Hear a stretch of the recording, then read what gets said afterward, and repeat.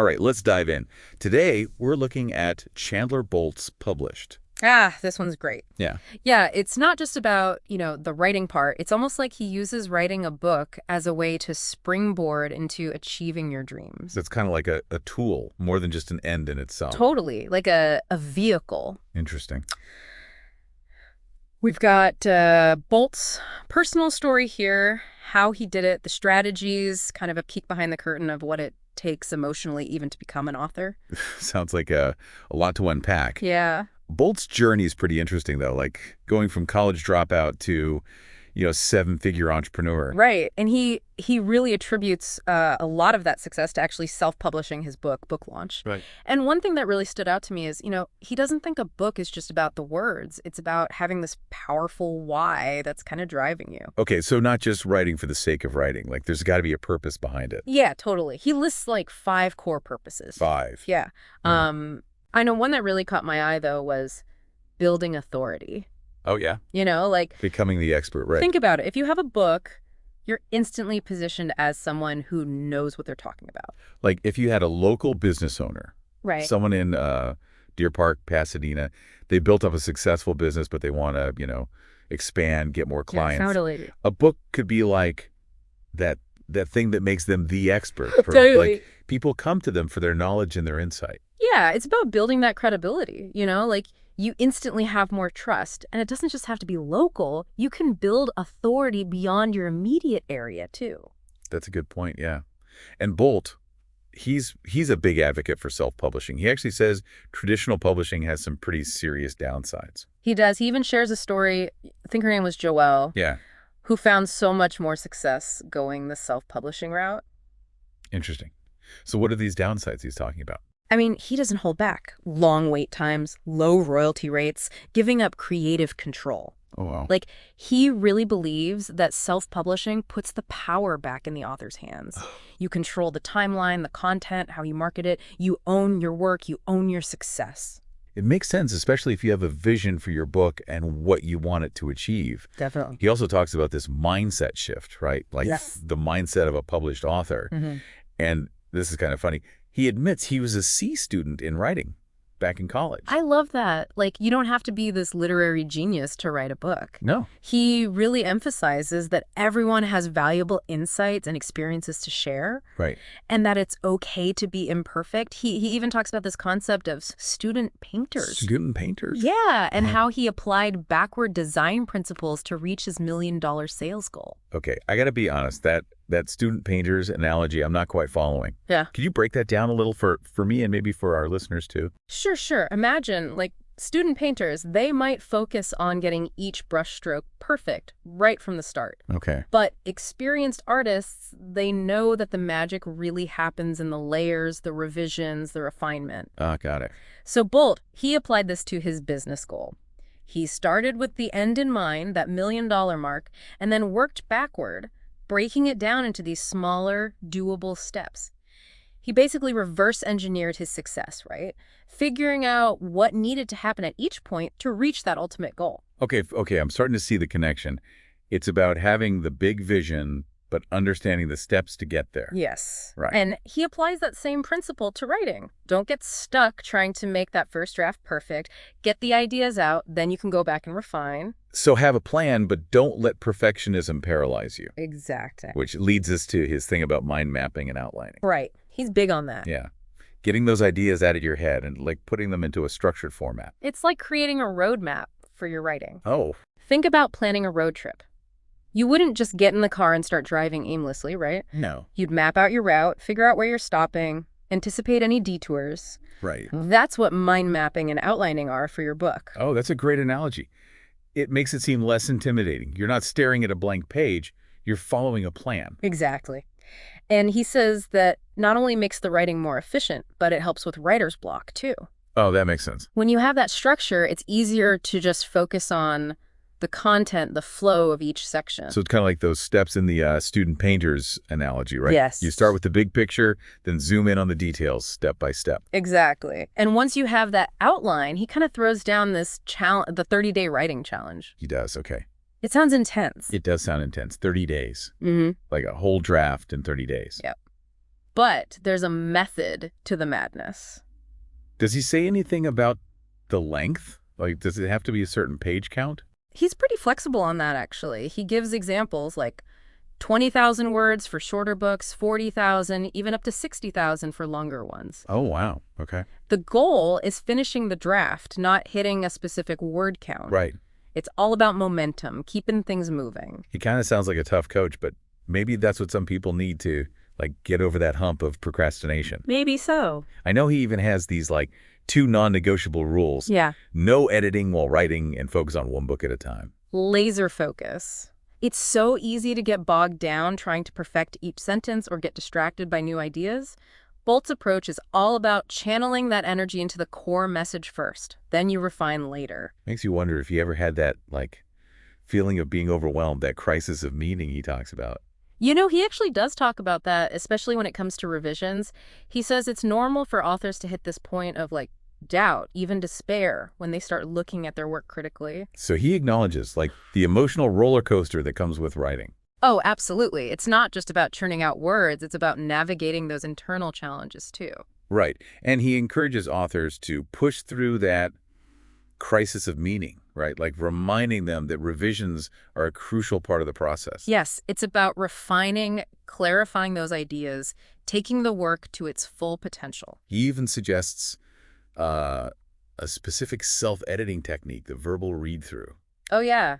It sounds simple, but there's something about hearing your own words out loud. Yeah, it's different, right? He thinks it helps you catch those clunky sentences or awkward phrases you might miss just reading silently. Makes sense. And then, of course, he stresses getting professional feedback from an editor. Right, like an outside perspective. Yeah. He even mentions sites like Upwork and Guru for finding editors. Oh, yeah. I've heard of those. But he also warns against getting feedback from too many people. He calls that too many cooks in the kitchen. Yeah, I can see that. It can lead to conflicting opinions and just endless revisions. He suggests sticking to a few trusted sources, people who get your vision and your audience. Okay, so be selective about who you listen to. Definitely. It's about balancing that openness to feedback with staying true to your own voice and message. So we've got our first draft done, survived the crisis of meaning, got feedback from our trusted editors. Now what? What about titles, covers, that kind of stuff? Bolt has a whole lot to say about that, too. Oh, he does? He emphasizes that a title isn't just a label, it's a marketing tool. Okay, so there's some strategy involved. Big time. He says it needs to grab attention, clearly communicate the benefits of the book, and address the reader's pain points. He even uses his own book title, Book Launch, as an example. Oh, okay. It's specific, action-oriented, speaks directly to the reader's desire for, a successful book launch. I see. So it's not just about being clever or catchy. It's about conveying value. Exactly. What about the cover? Is it all about looks? Well, he definitely stresses the importance of professional design and making it, marketable. Right. He even recommends shrinking potential covers down to thumbnail size to see if they stand out. But it's not just about aesthetics. It's about representing the book's message and attracting the right readers. So kind of like the visual equivalent of the title, right? It needs to grab you and tell you what the book is about. Yeah, exactly. Does he have suggestions for finding designers? He mentions sites like Fiverr and 99 Designs. Oh, okay. And he really emphasizes having a clear design brief outlining the feel, style, and message you want to convey. All right, so we've got our title, our cover. The manuscript is polished and ready. Time to talk marketing. You got it. Okay. And Bolt has a very specific philosophy when it comes to marketing a book. I'm all ears. He calls it the rifle approach. Rifle approach. As opposed to the shotgun approach. Okay. I'm intrigued. Tell me more. All right, imagine you're a hunter aiming for a target. Shotgun approach is like firing a blast of pellets hoping a few hit. It's scattered, not very efficient, and kind of wasteful. So you're trying to reach everyone and end up connecting with no one. Exactly. Now, the rifle approach is about precision, focus, carefully aiming at your ideal target, understanding their needs, and delivering a message that really hits the mark. So quality over quantity, right? Right. Reaching the right people, not just the most people. How does this apply to book marketing? Bolt argues that this targeted approach is way more effective.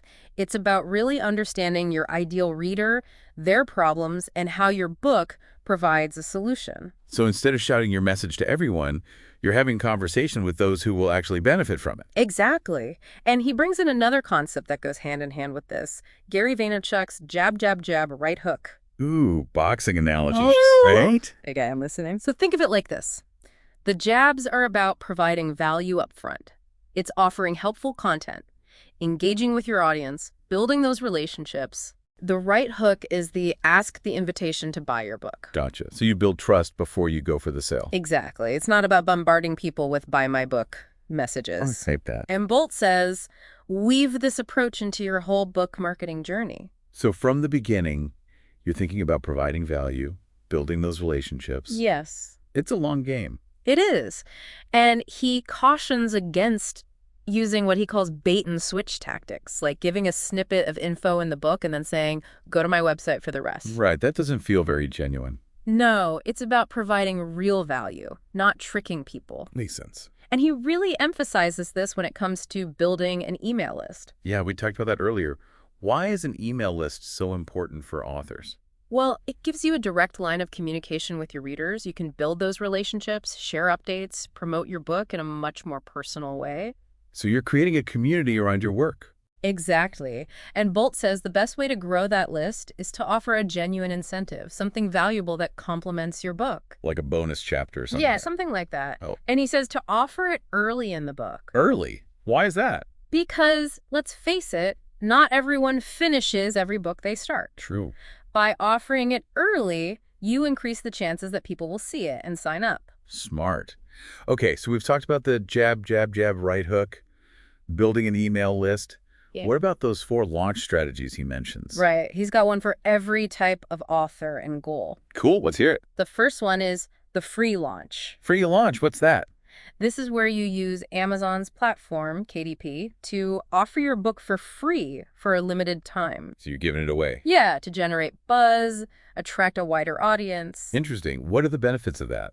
Well, first off, it can really help you climb the charts on Amazon, get more visibility. Right, because it's free. Yeah, and the more downloads you get, the more Amazon promotes your book. He calls it Amazon juice. Amazon juice. I like that. And second, it's a great way to build your email list. People will give their email for a free book. Exactly. Makes sense.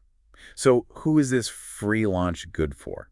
Well, Bolt says it's especially effective for authors starting out, entering a new niche, or those with a limited budget. It's a low-cost way to get things rolling. Totally. Are there any downsides, though? Yeah, I was just thinking that. Like, what are the downsides of giving your book away for free? Well, Bolt acknowledges a few. For one, free readers might not be as engaged as paying customers. They might not leave reviews, and offering the book for free could potentially hurt your sales later on. So it's a trade-off. It is. He says you have to weigh the pros and cons, but usually the increased visibility and downloads outweigh the downsides, especially for authors focused on building their audience. Yeah, okay, that makes sense. So what's the next launch strategy? The 99 launch. Oh, 9, so it's still pretty cheap. Yeah. The idea here is to offer the book at a super low price to attract a wider audience and climb the paid charts. So you're still trying to get those downloads, but this time people are paying something. Exactly. And Bolt points out that while you might make less money per book, the volume of sales can actually lead to greater overall profit. Okay, because you're reaching more people. Right. But he emphasizes that just like the free launch, the 99.9 launch requires a well-coordinated marketing effort. So you're still drumming up that pre-launch buzz, getting your team involved. Absolutely. You need to create that sense of agency, like this low price is for a limited time. Got it. And what about the traditional launch? That one's a bit different. It's all about pre-orders, getting your book in bookstores, and doing media outreach. Oh. Bolt says it's more resource-intensive, often requires a publisher's help. Makes sense. It's more suitable for authors who already have a platform, those looking to make a big splash in the traditional publishing world. So it's a different strategy, but still valuable depending on your goals. Exactly. Okay, what about the last one? What's the final launch strategy? The free plus shipping launch. Free plus shipping. I've never heard of that one. Bolt actually says this one's best for, like, advanced marketers or business owners. Oh. It's about using a free book offer to attract leads. Leads? Yeah, like potential customers. And then you upsell them to higher priced products or services. So the book is kind of like a gateway to your other offerings. Exactly. Think of it like this. Let's say you're an entrepreneur. You offer your book for free, cover the printing and shipping costs, and then use the book to introduce people to your online courses, coaching programs, or whatever you offer. Oh, that's smart. It's a way to build your customer base and generate income beyond book sales. Right. But Bolt does say that this strategy is more complex, requires a deeper understanding of marketing. So maybe not for everyone. Right. He emphasizes that it really hinges on targeted advertising, a compelling offer, and making the customer experience smooth and easy. So attracting the right people and guiding them towards your other products or services. Yeah, it's a whole system. Now, after you've successfully launched your book, Bolt emphasizes one more crucial step: getting reviews. Oh yeah, reviews are huge these days. They are. But like social proof, right? Exactly. They validate your work and encourage others to buy your book. So how do you get more reviews?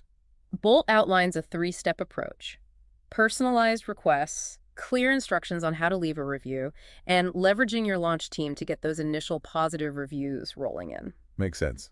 Make it easy for people to leave reviews and show them that you appreciate their feedback. Exactly. He even suggests using automated emails to remind people to leave reviews and thank them for their time. Okay, so we've covered a lot of ground here. We talked about the why behind writing a book, the different launch strategies, the importance of marketing and reviews. But now I'm really interested to hear about that personal story that Bolt shares, the one that he says had a profound impact on his whole outlook on life. Yeah, this is where things get really personal. He opens up about a tragic event that shaped his perspective and his mission. It involves the loss of a friend, right? It does. He tells the story of his friend Kendall, who passed away unexpectedly during a celebratory cruise with a group of entrepreneurs. He describes the shock, the grief, and the feeling of helplessness that followed. Oh, wow. That's incredibly sad. How did this tragedy affect Bolt? He says it was a wake-up call, a moment that forced him to reevaluate his priorities and what he wanted to accomplish with his life. He started asking himself those big questions. Does what I'm doing really matter? Am I making a difference? Am I leaving the world a better place? Those are some heavy questions. They are. And for Bolt, it was a turning point. He shares a conversation he had with Kendall's father, who, even in his grief, said that the only positive outcome from his son's passing would be if others could learn from it and benefit from it. Wow. That's incredibly powerful. It is, and those words really resonated with Bolt. It gave him a new sense of purpose, a desire to honor Kendall's memory by helping others achieve their potential. So he found meaning in the midst of tragedy. Exactly. It's about transforming that pain into purpose and using it to fuel positive change in the world. That's an inspiring perspective. It really is. He even draws a parallel to a story about John D. Rockefeller. Rockefeller. Yeah, the oil tycoon. Okay. Rockefeller missed a train that later derailed and killed everyone on board. He believed his survival was divine intervention, a sign he was meant for something greater. Wow. Bolt sees Kendall's passing as his own Rockefeller moment, a catalyst to align his work with making a positive impact on the world. It's like finding purpose in the midst of chaos and loss. I imagine that experience had a huge impact on his approach to business and life. Absolutely. It's woven into the fabric of his work. He even wears a bracelet inscribed with "Make him proud" as a constant reminder. That's a beautiful gesture. Oh. So how does this personal story tie into the broader message of the book? Well, for Bolt, it's all connected. Writing a book isn't just about achieving personal success. It's about sharing your knowledge, inspiring others, and making a positive difference in the world. He sees it as a way to create a legacy that goes beyond yourself. That's a powerful message. It's about finding your why and using your voice to make a real impact. Exactly. And I think that resonates deeply with what we're trying to do here at Think and Act Locally. Definitely. It's all about empowering individuals to create positive change in their communities. Right. And Bolt's story shows that a book can be an incredible tool for achieving that. And Bolt's dedication to honoring his friend's memory doesn't stop there. He and his peers actually made sure that Kendall's own book, Mastering a Career Fair, got published. Oh, wow. So his friend's voice and insights could still be shared. Exactly. It's a real testament to collaboration and the importance of legacy. It's pretty amazing what a book can do, even after someone's gone. Bolt also talks about his work at self-publishing school as part of honoring Kendall's legacy. Okay. He sees it as this platform to empower authors, help them share their stories, make a difference, create that ripple effect of positive change. So it's not just about the individual author's success, it's about the impact they can have on others. Right. It brings us back to that idea of storytelling as a force for good. Bolt really believes books can be more than just entertainment or information. They can inspire, connect people, and drive real change. Imagine if everyone in our community, like in Deer Park, LaPorte, Pasadena, shared their stories and experiences. Right. What a tapestry of voices that would be. Absolutely. And to wrap things up, Bolt has this powerful call to action. He urges readers to take that first step, believe in themselves, and commit to writing their book. So he's really encouraging people to take action, not just dream about it. Exactly. Remember, he started as a self-proclaimed C student who hated writing, but he found his voice, his purpose, and built this whole business around helping others do the same. It's so inspiring, right? You Yeah. don't have to be perfect to share your story. That's about taking that leap of faith and embracing the journey. Exactly. And he leaves us with this beautiful sentiment, this call to make him proud. It's a tribute to Kendall, but also a reminder to live a life of purpose and make a real impact. That's powerful. It goes beyond writing and publishing. It's a call to action for all of us to live intentionally and make a difference. Absolutely. Bolt even wears a bracelet with "Make Him Proud" engraved on it. Oh, wow. So it's like a constant reminder. A physical reminder to stay true to his mission. It's a beautiful way to honor his friend's memory and inspire others at the same time. Yeah, it's really touching. And as we wrap up our deep dive into Published, I'm left with this feeling of possibility. Like, Bolt's story shows us that writing can be transformative, that pursuing our passions matters, and that sharing our stories can create a ripple effect we might not even imagine. It reminds us that we all have a unique voice, a perspective worth sharing. Exactly. Maybe through writing and publishing, we can discover our own why, that driving force that helps us leave a legacy. So as we finish up, think about your own why. What story are you meant to tell? What impact do you hope to make? Maybe, like Chandler Bolt, your journey begins with a single step, a commitment to write, and the belief that your voice deserves to be heard. And who knows? Maybe your book will spark a movement, ignite a passion, change someone's life. As Bolt says, the possibilities are limitless. It really is, and it goes beyond just Bolt's personal story. He weaves this idea of purpose and legacy throughout the whole book. It's not just about, writing a book to make money or become famous. Wait, it's about something bigger. Exactly, and I think that really ties into what Think and Act Locally is all about, Oh, yeah. empowering people to make a difference in their communities. And Bolt's story shows how a book can be like that tool, that platform. Totally. Like, imagine someone in Deer Park or LaPorte. Yeah. Maybe they have this passion for local history, or they've built a successful business, or they have a unique perspective on community issues. Right. A book could be their way to amplify their voice, share what they know, inspire others to get involved. It's about taking action, not just talking about it. Exactly. And the cool thing is, Bolt doesn't just talk about the why, he gives you a roadmap for the how. Like, he breaks down the process of writing, publishing, marketing in a way that makes it seem doable, even for someone who's never thought of themselves as a writer. That's what I like about him. He makes it feel accessible to everyone. He's not saying you have to be a literary genius or have perfect grammar. Right. He even says he was a C student in writing. I know, it's kind of funny. And that he hated writing. But he found his voice, his purpose, and now he's built this whole successful business around helping others do the same. So inspiring. It shows you don't have to be perfect to start. Nope. And he really stresses that taking action part. Like, stop putting it off, stop with the excuses, just start writing. Even if it's just a little bit each day. Yeah, the key is to build that momentum, keep moving forward. That's so true. And that really aligns with the whole think and act locally idea, too. Totally. It's not enough to just think about making a difference. You got to take those steps, even the small ones, to actually create change. Exactly. And Bolt's book gives you the tools to do that. Yeah.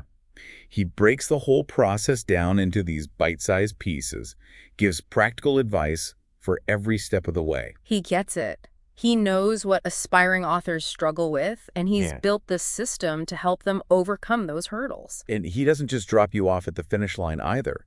He offers all these extra resources like free videos, online courses, even his self-publishing school, which is like a whole program with a supportive community. He's really invested in helping people succeed. It's more than just selling a book. It's like he's building a movement. Yeah, it's inspiring. And I think that's what makes Published such a great read. It's not just a how-to guide. It's like this call to action. To embrace your potential. Yeah, and to use your voice to make a difference. So as we wrap up this deep dive, I encourage you to think about your own why. Yes. What's your story?